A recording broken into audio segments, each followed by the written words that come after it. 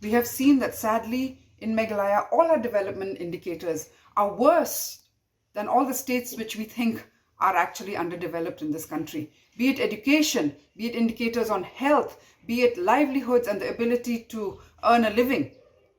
We are at the bottom. And this is because for years we have allowed this kind of political class to emerge and to dictate our lives. You know, it is very easy, and all you can say is no comment when you don't have an ideological basis for the things and the decisions you take. If everything that you do is based on calculations of how you can retain power, you're going to push us to the brink, of actually accepting the worst of what we can have. There are also those who talk about the fact that it doesn't matter that you change your football jerseys. But we have to call this out also for what it is. You're changing your football jerseys to suit yourself. It is not for us, the people.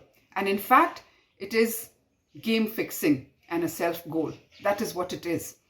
And the fact that our politics doesn't seem to be based on principles is what is making it difficult for us to even have a long-term vision, where we can finally pull up our state when it comes to development indicators and the overall safety and security in our society.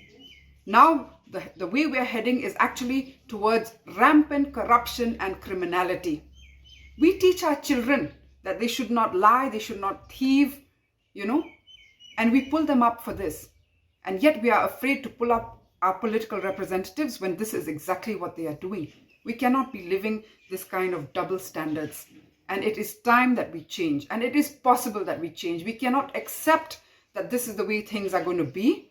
And this is how it is. And we are powerless. We are not powerless, And keeping quiet and giving up is not an option.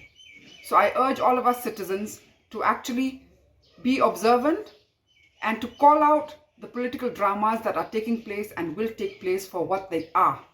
That they are not in your interest and my interest. And they are definitely not going to secure your rights and my rights.